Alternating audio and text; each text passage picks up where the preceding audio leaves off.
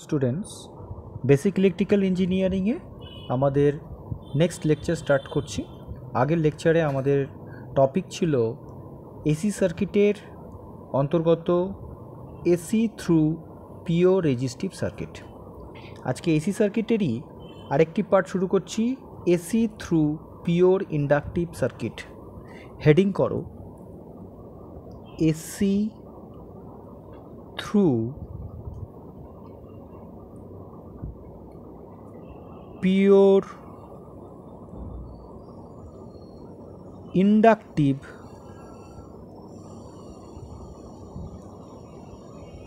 circuit, AC through pure inductive circuit।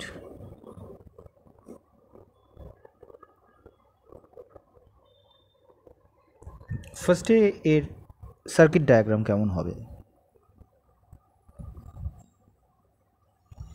রেজিস্ট্যান্সটাকে বাদ দিয়ে আমরা এবার এখানে পুট করে দিলাম একটা inductance,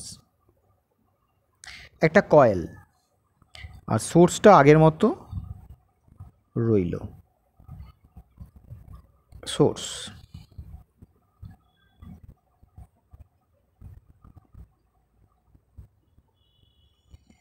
V applied, I current flowing, pure inductance L. এখানে ভি যেটা অ্যাপ্লাই করা হচ্ছে সেটা আগের মতো instantaneous voltage V M sine omega T. First of all এটা আমরা জানি। নেক্সট হচ্ছে ইন্ডাক্টরের অ্যাক্রসে যে ভোল্টেজটা ডেভেলপ করে তার এক্সপ্রেশন আমরা যেটা জানি ভি ইকুয়াল টু, এখানে মাথায় রাখতে হবে অ্যাপ্লাইড ভোল্টেজ আর ইন্ডাক্টরের অ্যাক্রসে ভোল্টেজ বোথ আর ইকুয়াল। অতএব এখানে ভি আর ইন্ডাক্টর অ্যাক্রসে ভোল্টেজের মধ্যে আলাদা কোনো সিম্বল ইউজ করার কোনো মানে হয় না, কারণ দুটো ভোল্টেজই সমান। তাহলে ভি ইকুয়াল টু, এখানে আমরা আরও একটি ইকুয়েশন লিখতে পারি, when voltage developed across the inductor V equal to L di by dt. কেন অ্যাপ্লাই করছি সেটা নিশ্চয়ই বোঝা যাবে কিছুক্ষণের মধ্যেই। দেখো লক্ষ্য করে দুটো ইকুয়েশনই ভোল্টেজের, তাহলে দুটো ইকুয়েশনকে ইকুয়েট করে দাও, নো প্রবলেম। কি দেখা যায়? L DI DT equal to VM sine omega টি।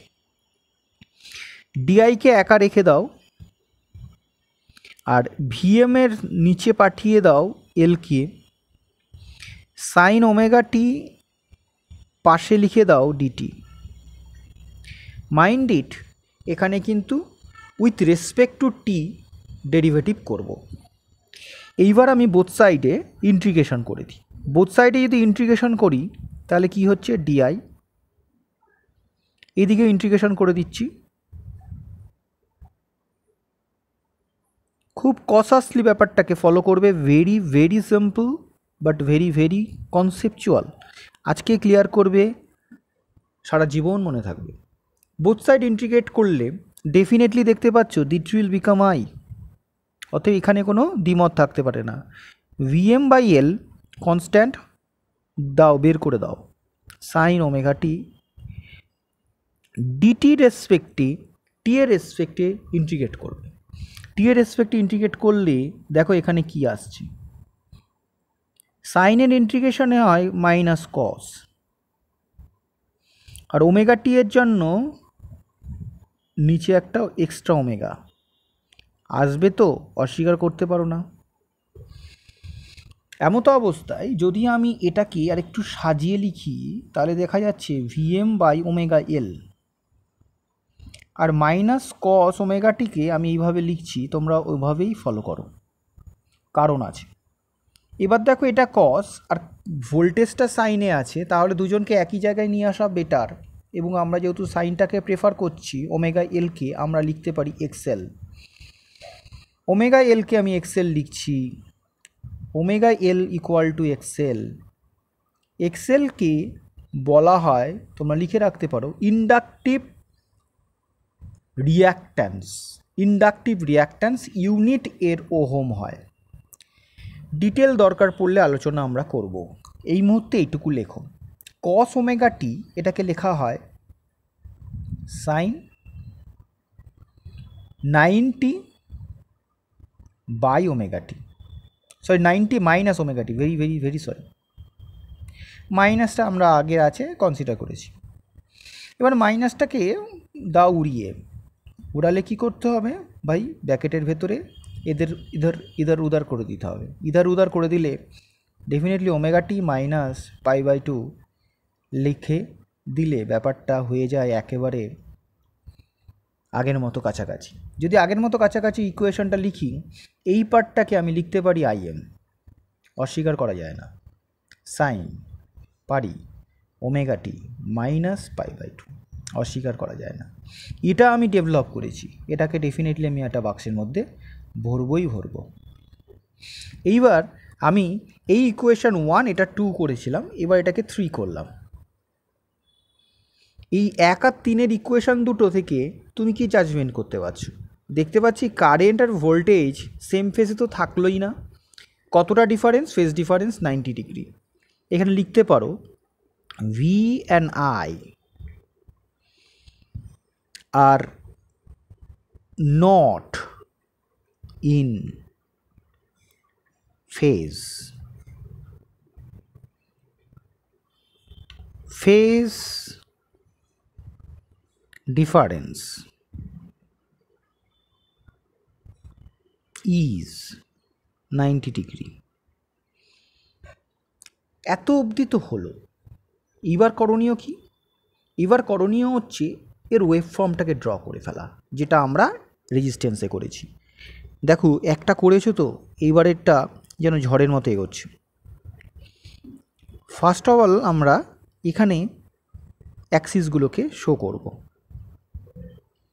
আমরা তো বলেছি এটা বাবা ওমেগা টি, আর এখানে যেটা যেটা থাকে আমি ফার্স্টে ভোল্টেজটাকে একটু ভালো করে আঁকার চেষ্টা করি।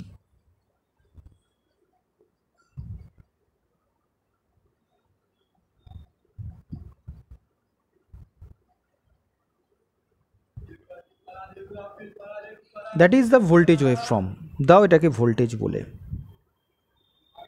নেক্সট চলে আসা যাক কারেন্টের ওয়েভ ফর্ম। আচ্ছা, এটা হচ্ছে 0, এটা হচ্ছে পাই, এটা হচ্ছে 2 পাই, এটা হচ্ছে পাই by 2,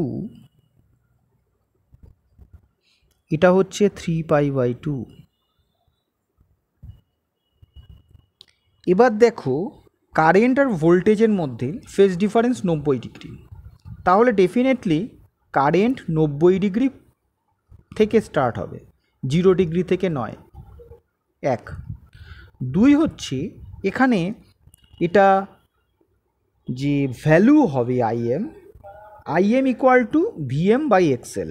এক্সএলের value definitely more than 1, discussion বাড়াচ্ছি না, এটা বুঝতে পারছো, ওমেগা এল 2 পাই এফ এল, যাই করো it will be more than 1, তার মানে কারেন্টের ভ্যালু কমই হবে। নিউমেরিক্যাল করলে আমরা আবার বুঝতে পারবো। এটাকে ধরো আমি একটু ছোট করে আঁকলাম, এটাকে যদি ছোট করে দিই ম্যাগনিচিউডটা ফল করলো, 90 থেকে স্টার্ট করছে, এই একটা এখানে ফিনিশ হলো, আর এই দিকে ধরো একটু বাড়িয়ে দিতে হবে ওয়েভ ফর্মটাকে, হলো, আর এই দিকে দাও এদিকে বাড়িয়ে, এটা হয়ে গেল আমার আই। এইবার এইখানে আমার কিন্তু জিনিসটা মাথায় রাখা দরকার। কোন জিনিসটা মাথায় রাখা দরকার?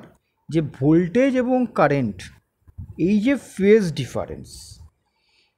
ডিফারেন্স 90 ডিগ্রি হওয়াতে পাওয়ারের ওয়েভ ফর্মের কী ধরনের পরিবর্তন আসতে চলেছে, তার জন্য পাওয়ারের ওয়েভ ফর্মটা আমাদের এখানে এঁকে নেওয়াটা দরকার।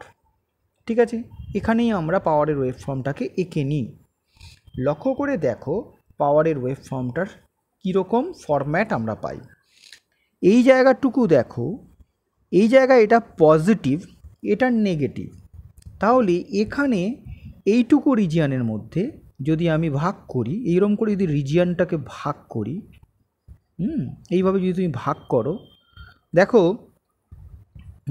এরমভাবে যদি ভাগ করো, তাহলে তুমি কিন্তু কতগুলো জিনিস পাবে, কারণ এইখানে কিন্তু ভোল্টেজটা ওয়েট করবে না, ও কিন্তু ওপরের দিকে এরকম বাড়বে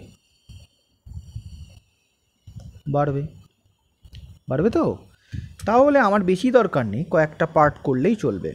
পাওয়ারটাকে আমি এখানে আর আলাদাভাবে ড্র করছি না, এই জায়গাতেই ড্র করে দিচ্ছি। পাওয়ারটা এখানে কি হচ্ছে, এই পোর্শনে voltage positive, current negative, product কী হবে, পাওয়ার ভি ইন্টু ওয়াই, তাই তো। পাওয়ার মানে কি, পাওয়ারটা এখানে কি, পাওয়ার ইনস্ট্যান্টেনিয়াস পাওয়ার ভিআই। তাহলে আমি যদি ভোল্টেজ পজিটিভ কারেন্ট নেগেটিভ পাই, পাওয়ার ডেফিনেটলি নেগেটিভ পাবো। তাদের রেজাল্ট্যান্ট আমি যে ওয়েভ ফর্মটা আঁকবো, ধরো আমি আমি একটু ডটেড করে জিনিসটাকে প্লট করার চেষ্টা করি, পরে কনফার্ম করব নেগেটিভ। এই জায়গাটা দেখো, ভোল্টেজ এবং কারেন্ট এইটুকু ডিউরেশনে বোথ আর পজিটিভ, তার মানে রেজাল্ট পজিটিভ। এই ডিউরেশনে দেখো কারেন্ট নেগেটিভ নয়, পজিটিভ, ভোল্টেজ নেগেটিভ। আশা করা যাচ্ছে তোমরা ব্যাপারটা বুঝে গেছো যে কিভাবে এর সাইকেলটা আমি ফর্ম করছি। ওকে, সেম হাইট হবে কিন্তু, এটা সেম হাইট হবে। এই জায়গাটা লেখো দুজনেই নেগেটিভ, তাহলে এই জায়গায়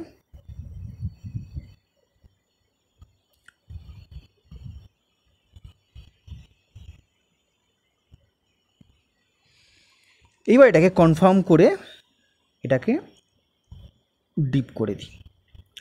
লুক অ্যাট,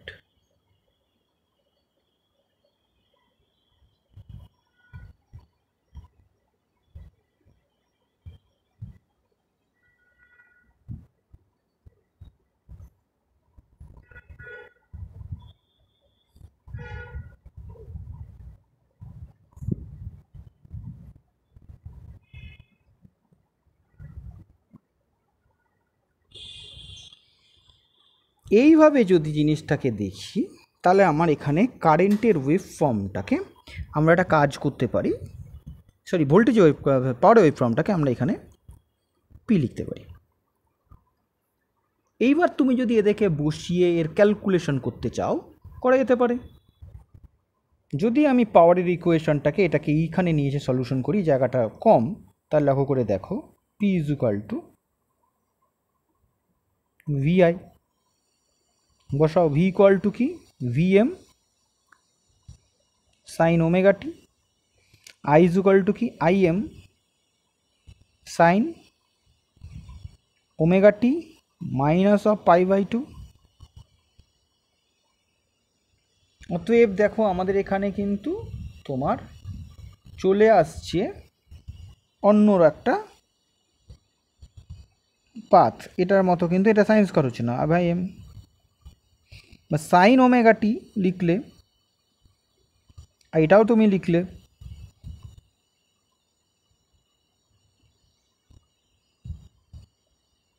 বা সাইন ওমেগা টি, এই জায়গাটাকে কী লেখা যেতে পারে, সাইন ওমেগা টি মাইনাস, যদি বলো এটাকে কী লেখা যেতে পারে, মানে অ্যাকচুয়ালি আবার ঘুরিয়ে কান ধরার মতো হচ্ছে, একই ব্যাপার। এইটাকে ঘুরিয়ে দিলে কি হবে, একটা মাইনাস পূর্বে চলে আসবে, sine pi by two minus omega T. যদি এটাকে একটু ভালো করে দেখো, VM IM sine omega T cos omega T, am I right? যদি এটা ঠিক থাকে, এবার দেখো এটাকে সিম্পলিফাই করো, VM IM by two, two into sine omega T cos omega T, এটাকে কী লেখা যায়, VM IM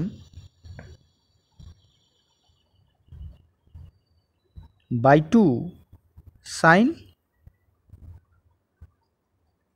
two omega T, এটা ফর্মুলা। এইবার এটা হলো পি। এইবার তোমাকে বলা হলো calculate P average. P average idea আছে, পি অ্যাভারেজ বড় হাতে লিখতে পারো, ঠিক আছে, নো প্রবলেম। এটা যদি অ্যাভারেজ ভ্যালু করতে হয় তাহলে ভিএম আইএম বাই টু, এটাকে তুমি বার করে দাও সাইন 2ωt। ওকে, এটা dω2 এর রেসপেক্টে ডেরিভেটিভ ইন্টিগ্রেট করছো। লিমিট কত হবে? Full cycle 0 to 2π, 0 to 2π। যদি এটাকে ইন্টিগ্রেট করো কি আসবে? Minus VM IM by two, integrate করলে সাইনের ইন্টিগ্রেট কী হয়? কস 2ωt বাই টু, লিমিট কি? 2π/0। ওকে, লিমিট হচ্ছে 2π/0। এইবার সাইনের ক্ষেত্রে আমরা দুটো, এখানে দেখো এটা মাইনাস হয়ে গেল, প্লাস হয়ে গেল, VM IM by two. Substitute করো, cos 2 into 2π/2 minus cos 2 into 0/2, cos into 4π, 4π, pi মানে 180 মানে 470, সরি 720, cos 720 1 হয়। তাহলে এখানে আমি দেখতে পাচ্ছি VM IM by two, it is 1/2, it is cos 0 1, 1/2, তাহলে it will cancel, তাহলে it will 0। তার মানে পি অ্যাভারেজ, বড় ছোট যাই লেখো 0, এটাকে 100% বাক্সে ভরতে হবে। তার মানে পিওর ইন্ডাকটেন্সে কোনো পাওয়ার লস হয় না, এটা তো লিখতেই হবে। তাহলে এখানে লিখতে হবে যে পিওর ইন্ডাক্টর যে পাওয়ার যে লস হয় না, পিওর ইন্ডাক্টরে পাওয়ার যে লস সেটা হয় না। তাহলে অ্যাভারেজ পাওয়ারের ভ্যালু এক্ষেত্রে 0 হয়। রেজিস্ট্যান্সের ক্ষেত্রেও 0 হচ্ছিল না, এখানে কিন্তু আমাদের ভ্যালুটা 0 হচ্ছে, সেটা কিন্তু মাথায় রাখবে। পিওর ইন্ডাক্টরের ক্ষেত্রে যদি বলে পাওয়ার লসের ইকুয়েশন, পাওয়ার লসই তো হয় না, ইকুয়েশনের কোনো প্রশ্নই ওঠে না। তার মানে পিওর ইন্ডাক্টরের ক্ষেত্রে, পিওর রেজিস্ট্যান্সের ক্ষেত্রে পাওয়ারের ইকুয়েশনের এমসিকিউ কোশ্চেন থেকে যদি এমসিকিউ কোশ্চেন আসে, তাহলে পাওয়ার লসের সম্বন্ধে তোমাকে যদি জানতে চায়, তাহলে পিওর ইন্ডাক্টরে কোনো লস হয় না। ঠিক আছে, তাহলে আমরা কিন্তু এখানে মোটামুটি একটা ধারণা করতে পারলাম যে কী ধরনের প্রবলেম বা কী ধরনের আমাদের এখানে দরকার। নেক্সট হচ্ছে এখানে একটু ফেজর ডায়াগ্রামটা ডিসকাস করে নেওয়া ভালো। ফেজর ডায়াগ্রামে আমরা যেটা দেখেছি, মানে ফেজর ডায়াগ্রামে যেটা আমাদের দরকার সেটা হচ্ছে গিয়ে, ধরো আমি এখানে ফেজর ডায়াগ্রামের ভোল্টেজটাকে এইভাবে শো করলাম, দ্যাট ইজ ভোল্টেজ। পিওর রেজিস্ট্যান্সের ক্ষেত্রে কারেন্ট ছিল সেম ফেজে, আর এখানে কারেন্টের সঙ্গে ওর অ্যাঙ্গুলার ডিসপ্লেসমেন্ট 90 ডিগ্রি। তার মানে কারেন্ট ফেজরটা ভোল্টেজ ফেজর থেকে 90 ডিগ্রি ল্যাগ করবে, এবং ম্যাগনিটিউড কারেন্টটা ভোল্টেজের থেকে কম, তাই এইভাবে দেখিয়ে দিলাম। So this is I. Angular displacement pure ইন্ডাকটেন্সের ক্ষেত্রে এটা 90 ডিগ্রি, এটা 90 ডিগ্রি সিম্বল দিয়ে দাও। এটা গেল ফর পিওর ইন্ডাক্টর।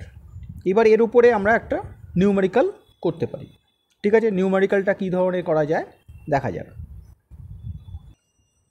দেখো নিউমেরিক্যালটা এখানে বলা হয়েছে 60 hertz, voltage of 230 volt, effective value. Effective ভ্যালুটাকে আন্ডারলাইন করে রাখো, বুঝতে হবে। is impressed on an inductance of 0.265 Henry. Number 1, write the time equation for voltage and current, voltage and resulting current. Let the zero axis of the voltage wave be at t equal to 0. আমি explain করছি। So the voltage and current on phasor diagram যা দেখতেই পাচ্ছ। Find the maximum energy stored in the inductance. এটা আমাদের দেখতে হবে। First of all first পার্টটার জন্য যেটা বলা আছে, time equation for voltage and resulting current, let the zero axis of the voltage wave at T equal to zero.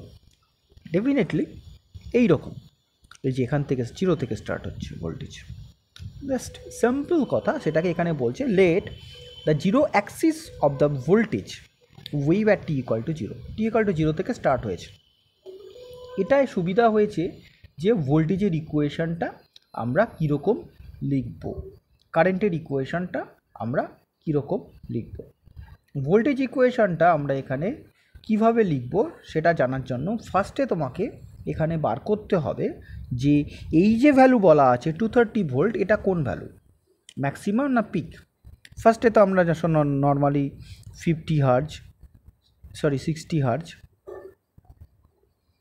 এইটা কিন্তু ভিআরএমএস।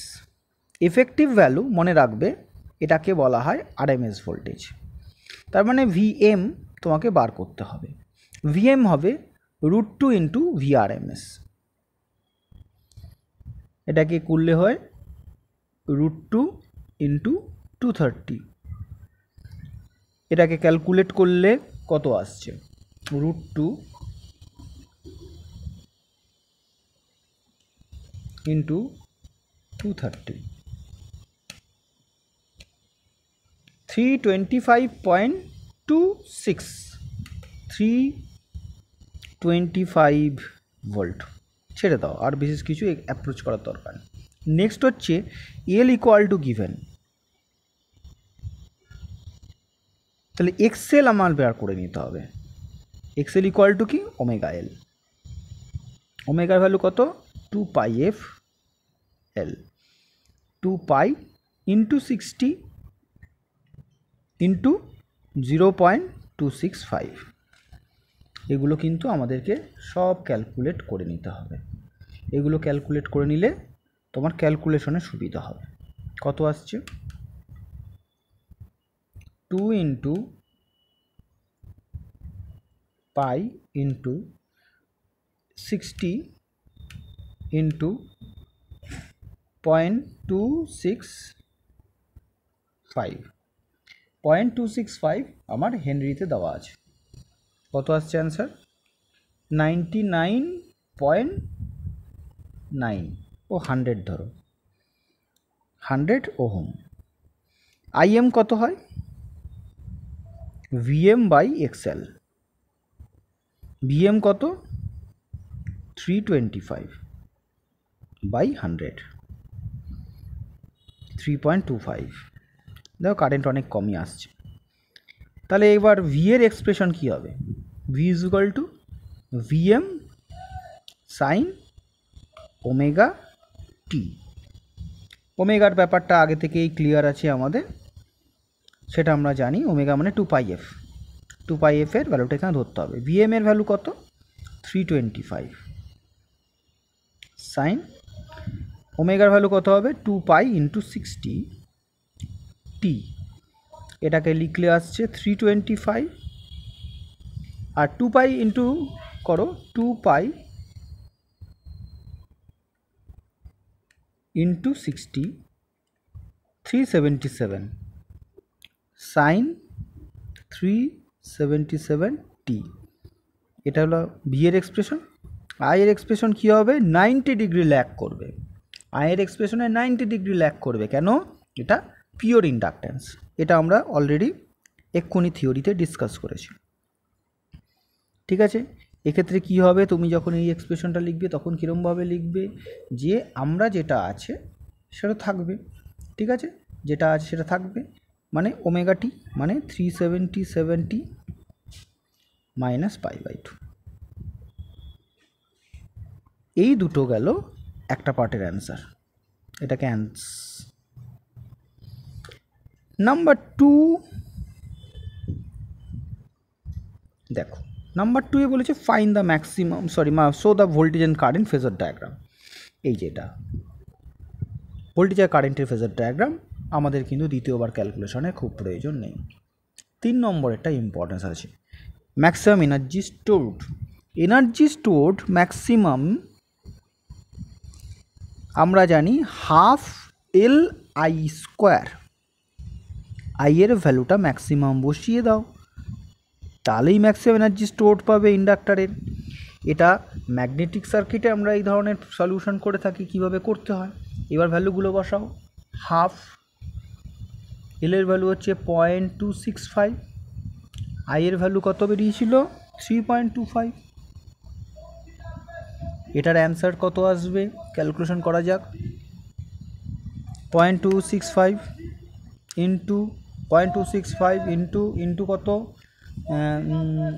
ম্যাক্সিমাম ভ্যালু কত, ম্যাক্সিমাম ভ্যালু হচ্ছে 3.25 হলো বাই 2.43। আচ্ছা, এটাকে স্কোয়ার করতে হবে, ইন্টু 3.25 করে দাও, 1.4 জুল। তাহলে ইএম যেটা জানতে চাইছি সেটা আমার এখানে অ্যান্সার পেয়ে গেল। এটা যদিও এখানকার রিলেটেড অঙ্কর মধ্যে এটা ঠিক নয় যে এনার্জি কত ম্যাক্সিমাম স্টোরড হলো, তবু যেহেতু এটা পার্টের মধ্যে পড়ছে, ফর্মুলাগুলো তোমাকে মাথায় রাখতে হবে। আর একটা কথা মাথায় রাখবে সবসময়, যা তুমি প্রথমে পড়েছো, যা তোমার পড়া হয়ে গিয়েছে, সেগুলো যদি ধরো কোশ্চেনের মধ্যে আবার আসে, সেই সব ফর্মুলা তুমি জানো, সেটাকে ধরে নিয়ে আউট অফ সিলেবাস কখনোই বলা যাবে না। হয়তো তুমি এটার মধ্যে পড়ছো না, হতেই পারে, তাও সেটাকে ইন সিলেবাস ধরতে হবে, নট আউট অফ সিলেবাস। বোঝা গেল? তাহলে আমরা এখানে পিওর ইন্ডাকটেন্স রিলেটেড একটা প্রবলেমের সলিউশনও আমরা করলাম। এই লেকচারটা এখানেই শেষ করছি। নেক্সট লেকচার আমরা নিয়ে আসবো AC through pure capacitive circuit. Okay, thank you very much. সমস্ত লেকচার সিকোয়েন্স ধরে তোমরা পড়ো, তাতে তোমাদের পুরো থিওরি ক্লিয়ার হবে। যে কোনো বই ফলো করতে পারো, তবে লেকচার ফলো করলে বইয়ের আবশ্যিকতা খুব কম। নিউমারিক্যাল তোমাদের প্র্যাকটিস করতে হবে। তবে আমি তোমাদের সমস্ত লেকচার সিরিজটা কমপ্লিট হয়ে গেলে, ইলেকট্রিক সার্কিটের এই বেসিক ইলেকট্রিক্যালের এই এসি সার্কিট কমপ্লিট হয়ে গেলে, আমি এর ওপরে অনেক নিউমারিক্যাল তোমাদের করাবো। সেখানে কিছু এমসিকিউ আলোচনা করব। ম্যাকআউট এখন এমসিকিউ রিলেটেড এক্সাম যেহেতু কন্ডাক্ট করছে। Thank you very much once again for listening my lecture.